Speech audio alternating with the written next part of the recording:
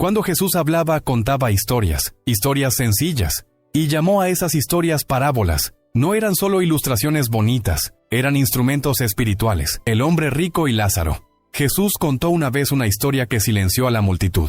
No porque fuera difícil de entender, sino porque era imposible de ignorar. Había un hombre rico. Lucas 16:19. Se vestía de púrpura y lino fino, ropas reservadas para la élite. Vivía cada día en banquetes. Nada le faltaba. A los ojos del mundo era un hombre bendecido. Pero a la puerta de su casa, tendido en el suelo, había otro hombre. Su nombre era Lázaro, cubierto de llagas, débil, hambriento. Deseaba apenas las migajas que caían de la mesa del rico. Ni siquiera eso recibía. Jesús no dijo que el rico fuera cruel, no dijo que robara u oprimiera. El hombre rico veía a Lázaro todos los días y seguía viviendo como si no existiera. Ambos murieron. Lázaro fue llevado por los ángeles al seno de Abraham. El rico fue sepultado y, en la eternidad, abrió los ojos en tormento. De repente todo se invirtió. El que era invisible se volvió honrado. El que parecía seguro ahora suplicaba. «Padre Abraham, ten misericordia de mí», clamó el rico. Pero había algo irreversible. Un gran abismo estaba establecido. El rico pide una gota de agua. Luego pide una advertencia para sus hermanos, pero la respuesta es dura y clara. Ellos tienen a Moisés y a los profetas. Que los oigan. Y entonces viene una de las frases más solemnes de toda la Escritura. Si no escuchan a Moisés y a los profetas, tampoco se dejarán convencer, aunque alguno resucite de entre los muertos. Lucas 16:31. Aquí Jesús rasga el velo. Él estaba enseñando algo que atraviesa los siglos. La eternidad no corrige decisiones tomadas demasiado tarde. Solo revela lo que ya fue elegido. La condenación del rico no fue su riqueza, sino su indiferencia. Esta parábola no fue contada para asustar, sino para despertar. Nos recuerda que la vida no es neutral, que cada día forma algo en nosotros, que la comodidad puede cegarnos, y que ignorar el dolor del otro es, muchas veces, ignorar el propio llamado de Dios. La eternidad no comienza después de la muerte. Comienza en las decisiones silenciosas que tomamos ahora. Y si esta historia ya es fuerte, Jesús contó otra que lleva esta verdad aún más lejos. Una historia sobre personas que esperaban estar listas, hasta que se dieron cuenta de que la puerta se había cerrado. Las 10 vírgenes. El reino de los cielos será semejante a 10 vírgenes. Mateo 25:1. Todas tenían lámparas, todas esperaban al novio. Todas sabían que él vendría. Externamente eran iguales. 5 eran prudentes, 5 eran insensatas. La diferencia no estaba en la apariencia, ni en el discurso, ni en la expectativa. Estaba en la preparación invisible. El novio tardó, y todas se durmieron. Este detalle es importante. El problema no fue dormir. El problema fue estar despreparadas cuando llegó el momento. A medianoche se oyó el clamor. «Aquí viene el novio, salgan a recibirlo». Las lámparas fueron encendidas, pero las insensatas se dieron cuenta demasiado tarde de algo. El aceite se había acabado. El aceite no podía prestarse, no podía transferirse, no podía improvisarse en ese momento. Mientras ellas salían a comprar, el novio llegó. Las que estaban preparadas entraron con él a las bodas, y entonces la puerta se cerró. Mateo 25:10. Más tarde las otras llegaron y clamaron: «Señor, Señor, ábrenos». Pero la respuesta fue dolorosa. «De cierto os digo que no os conozco». Esta parábola no habla de personas que rechazaron al novio. Habla de personas que lo esperaban, pero no vivían preparadas. Jesús estaba enseñando que la espiritualidad no es intención, no es apariencia, no es cercanía externa con cosas sagradas. Es vigilancia constante. Es fidelidad silenciosa cuando nadie está mirando. El reino no se pierde por un gran pecado visible. Muchas veces se pierde por pequeñas negligencias acumuladas, por aplazamientos, por confiar en que habrá tiempo después. Las 5 insensatas no se dieron cuenta de que estaban despreparadas, hasta que ya no hubo más tiempo para corregir. Esta parábola nos confronta con una pregunta inevitable. Si Cristo viniera hoy, ¿estarías preparado? Jesús no contó esta historia para generar miedo, sino para despertar conciencia, porque el reino es gracioso, pero el tiempo es limitado. Y Jesús contó otra parábola aún más directa. Una historia sobre personas que se sorprendieron en el día del juicio al descubrir que conocían el nombre del Señor, pero nunca vivieron su voluntad. Las ovejas y las cabras. En esta escena no hay oscuridad, ni demora, ni sorpresa. Hay trono, hay autoridad, hay separación. Y cuando el Hijo del Hombre venga en su gloria y todos los santos ángeles con él, entonces se sentará en el trono de su gloria. Mateo 25:31. Jesús describe a todas las naciones reunidas delante de él, y entonces, como un pastor separa el rebaño, él separa ovejas de cabras. El detalle más perturbador de esta parábola no es la separación en sí, es el asombro de ambos grupos. A las ovejas el rey les dice: «Venid, benditos de mi Padre, porque tuve hambre y me disteis de comer, tuve sed y me disteis de beber, fui extranjero y me recibisteis». Las ovejas quedan confundidas. ¿Cuándo te vimos así? Y la respuesta de Jesús lo redefine todo. De cierto os digo que en cuanto lo hicisteis a uno de estos, mis hermanos más pequeños, a mí lo hicisteis. Luego el rey se vuelve a las cabras y dice: «Apartaos de mí, malditos, al fuego eterno preparado para el diablo y sus ángeles, porque tuve hambre y no me disteis de comer, tuve sed y no me disteis de beber». Mateo 25, 41, 42. Las palabras son casi las mismas, pero invertidas. Tuvieron oportunidad, vieron la necesidad, pero no actuaron. Y ellas también preguntan: ¿cuándo te vimos? Y la respuesta de Jesús es igualmente directa: «De cierto os digo que en cuanto no lo hicisteis a uno de estos más pequeños, tampoco a mí lo hicisteis». Mateo 25, 45. Esta es la tragedia. Vieron pero no reconocieron. Porque la fe para Jesús nunca fue solo confesión verbal. Esta parábola no enseña salvación por obras. Revela algo más profundo. Las obras revelan la naturaleza de la fe que realmente habita en el corazón. Las cabras no fueron condenadas por cometer grandes pecados escandalosos. Fueron condenadas por omisión, por una fe que nunca se convirtió en amor en acción. Jesús estaba hablando con personas religiosas, personas que sabían orar, personas que sabían esperar al Mesías, pero Él deja claro: en el reino la fe que no se manifiesta en misericordia es una fe vacía. Si el mal está presente, si la fe verdadera es rara, ¿por qué Dios permite que todo continúe así? Él nos responde con otra parábola, una historia que explica por qué el bien y el mal caminan lado a lado. La cizaña entre el trigo. El reino de los cielos es semejante a un hombre que sembró buena semilla en su campo. Mateo 13:24. La historia comienza bien. La semilla es buena. El campo es cuidado, pero mientras todos dormían, el enemigo vino y sembró cizaña entre el trigo. Cuando las plantas crecieron, la diferencia se hizo visible. El trigo estaba allí, pero la cizaña también.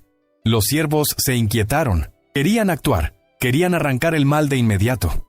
Pero el dueño del campo responde de forma sorprendente: «No. No sea que al arrancar la cizaña arranquéis también el trigo. Dejad crecer juntos a ambos hasta la siega. Y al tiempo de la siega diré a los segadores: recoged primero la cizaña y atadla en manojos para quemarla, pero el trigo recogedlo en mi granero». Mateo 13, 29, 30. Aquí Jesús revela algo profundo sobre el carácter de Dios. Dios no es indiferente al mal, pero es paciente con las personas. El problema no es que Dios no vea la cizaña, es que Él ve el trigo que todavía está creciendo.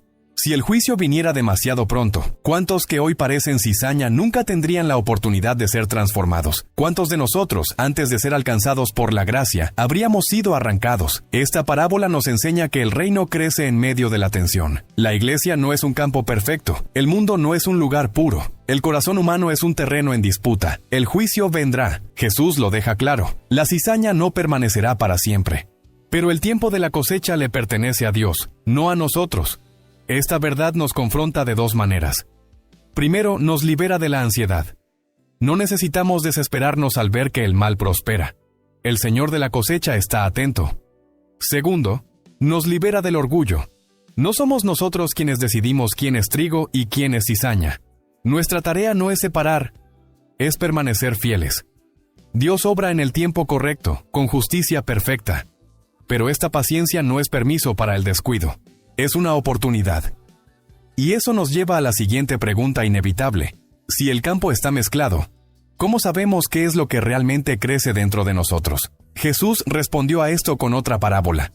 Una historia que desplaza la mirada del mundo, al corazón. El sembrador. El sembrador salió a sembrar. Lucas 8:5. Esta no es una historia complicada. No hay personajes poderosos. No hay juicio final ni puerta cerrada. Hay solo una semilla y diferentes tipos de suelo. La semilla es la misma, buena, viva, llena de potencial. El sembrador no escatima, lanza la semilla con generosidad. El resultado, sin embargo, no depende de la fuerza de la semilla, depende del suelo que la recibe. Algunas semillas caen al borde del camino. El suelo es duro, ni siquiera logran penetrar. Las aves vienen y se las llevan. Jesús explica: son aquellos que oyen la palabra, pero el corazón está tan endurecido, tan apresurado, tan cerrado, que la verdad no encuentra espacio para permanecer. Otras semillas caen en suelo pedregoso. Brotan rápido. Hay entusiasmo, hay emoción, pero no hay profundidad. Cuando aparece el sol de las dificultades, la fe se marchita. No porque la palabra haya fallado, sino porque nunca echó raíz. Otras semillas caen entre espinos. Crecen pero son ahogadas. Preocupaciones, deseos, riquezas, miedos. Nada de esto parece malo a primera vista. Pero poco a poco estas cosas le roban el aliento a la fe. Por último, algunas semillas caen en buena tierra. Echan raíces, crecen, dan fruto, 30, 60, 100 por uno. Jesús deja claro: el problema nunca fue la palabra. El problema siempre fue el corazón que la recibe. Esta parábola nos impide transferir la responsabilidad. No podemos culpar al tiempo. No podemos culpar a los demás. No podemos culpar a Dios. ¿Qué tipo de suelo ha sido? Jesús no dice que el suelo no pueda cambiar. El suelo duro puede ser quebrantado. Las piedras pueden ser removidas. Los espinos pueden ser arrancados. Después de mirar hacia adentro, Jesús nos lleva nuevamente hacia afuera. Porque el reino no se resume en lo que recibimos, sino en lo que hacemos con lo que se nos ha confiado. Y entonces Él cuenta una parábola sobre responsabilidad, sobre el miedo, sobre rendir cuentas. Los talentos. Un hombre, al irse de viaje, llamó a sus siervos y les confió sus bienes. Mateo 25:14. Antes de viajar, el Señor entrega talentos, grandes sumas de dinero, a 3 siervos, a cada uno según su capacidad. Uno recibe 5 talentos, otro 2, otro solo 1. El Señor no compara, no explica. Él confía y se va. Los 2 primeros siervos actúan rápidamente, trabajan, arriesgan, multiplican lo que recibieron. Pero el tercer siervo hace algo diferente. Cava un hoyo y esconde el talento. No por rebeldía, no por odio, sino por miedo. Cuando el Señor regresa, llega el momento de rendir cuentas. Los 2 primeros siervos presentan el fruto de lo que recibieron. La respuesta del Señor es la misma para ambos. Bien, siervo bueno y fiel. Sobre poco has sido fiel, sobre mucho te pondré. Entra en el gozo de tu Señor. La recompensa no es proporcional al resultado, es proporcional a la fidelidad. Pero cuando llega el turno del tercer siervo, todo cambia. Devuelve exactamente lo que recibió. Nada perdido, nada añadido, y se justifica. Señor, tuve miedo. Esta parábola es incómoda porque revela algo profundo. En el reino, no actuar también es una elección. El siervo no fue condenado por hacer algo malo, fue condenado por no hacer nada. El talento representa todo lo que Dios nos confía: tiempo, dones, oportunidades, influencia, recursos, llamado. No fuimos llamados a enterrar lo que recibimos para protegernos del riesgo. Fuimos llamados a confiar en el carácter del Señor que nos confió todo eso. El miedo paraliza. Parece prudencia, pero espiritualmente se convierte en desobediencia silenciosa. Dios no espera perfección, Él espera fidelidad. ¿Qué has hecho con lo que Dios puso en tus manos? Después de hablar de la responsabilidad personal, Jesús vuelve a ampliar la mirada. Muestra cómo esa fidelidad se manifiesta en el mundo real. No solo en dones, sino en amor. Y entonces, Él cuenta una de las historias más conocidas y más confrontadoras que jamás se hayan dicho. El buen samaritano. Un hombre bajaba de Jerusalén a Jericó. Fue asaltado, golpeado, dejado casi muerto al borde del camino. Pasa un sacerdote. Ve al hombre y sigue adelante. Pasa un levita. También ve al hombre y pasa de largo. Ambos representan la religión. Ambos conocen la ley. Ambos saben lo que es correcto. Entonces aparece un tercer viajero. Pero este era diferente. Era samaritano. En aquella época, judíos y samaritanos se despreciaban profundamente. No se hablaban, no se ayudaban, no se mezclaban. Aún así, fue el único que se detuvo. Se acercó, limpió las heridas con aceite y vino. Puso al hombre sobre su propio animal y lo llevó a una posada. Pagó los gastos y aún prometió volver si era necesario más dinero. Para los oyentes judíos esto era ofensivo. Los samaritanos eran despreciados, vistos como herejes, enemigos históricos. Y es precisamente él quien se detiene.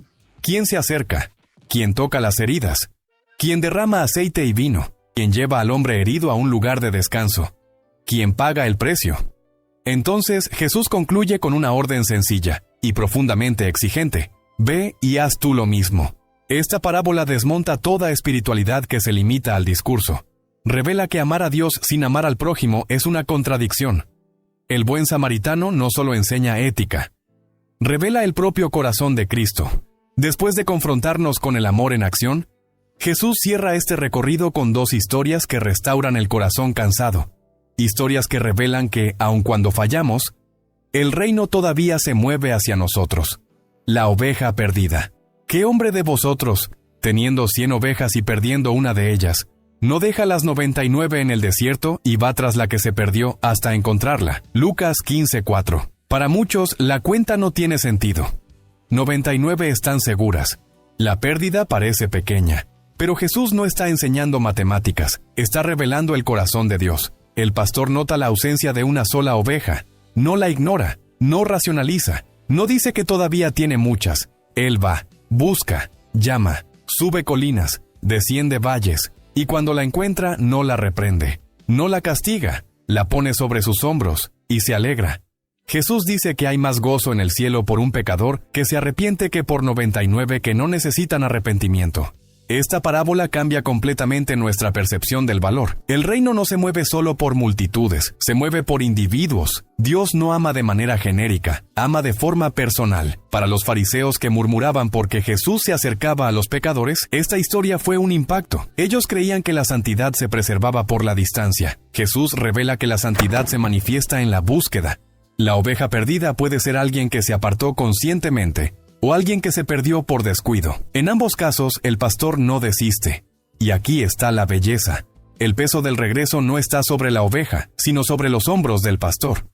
Esta parábola no solo consuela a quienes se sienten lejos, también confronta a quienes se sienten demasiado seguros, porque seguir a Jesús es inevitablemente compartir su corazón por los perdidos. Después de hablar de la búsqueda del pastor, Jesús cierra esta secuencia con la historia más completa sobre restauración jamás contada. Una historia que reúne pérdida, arrepentimiento, orgullo, gracia y celebración. El hijo pródigo. Un hombre tenía 2 hijos. Lucas 15:11. El menor hace una petición impensable. Pide la herencia antes de la muerte del padre. En aquella cultura eso era lo mismo que decir: prefiero tus bienes a tu presencia. El padre, sin resistirse, repartió los bienes. El hijo lo tomó todo y se fue lejos, buscando libertad. Allí vivió intensamente. Fiestas, amigos, placer, desperdicio. Hasta que el dinero se acabó. Llegó el hambre y fue a parar al lugar más humillante para un judío. Cuidando cerdos. Deseaba comer la comida de los animales, pero nadie le daba nada. Fue entonces cuando volvió en sí. Recordó su hogar. Incluso los jornaleros de su padre vivían mejor que él. Entonces decidió volver. No como hijo, sino como siervo. Pero cuando todavía estaba lejos, el padre lo vio. Corrió, lo abrazó, lo besó, le dio un anillo, ropas nuevas y mandó preparar una fiesta. El hijo que merecía rechazo recibió perdón. El arrepentimiento fue interrumpido por la gracia. Pero la historia no termina ahí. El hijo mayor, que siempre estuvo cerca, se negó a entrar. Nunca había desobedecido y aún así nunca había tenido una fiesta. El padre, con voz suave, le dijo: todo lo mío es tuyo. Pero era necesario alegrarse, porque tu hermano estaba muerto y ha vuelto a vivir. Esta historia no trata solo del hijo que regresó. Jesús contaba esta parábola rodeado de fariseos, hombres que se consideraban espiritualmente correctos. Hijo pródigo representa a los pecadores arrepentidos. El hermano mayor representa a los religiosos que creen que sus buenas obras compran el amor de Dios.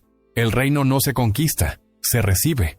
La gracia no es justa, es generosa, y quien no acepta esto termina quedándose fuera de la fiesta.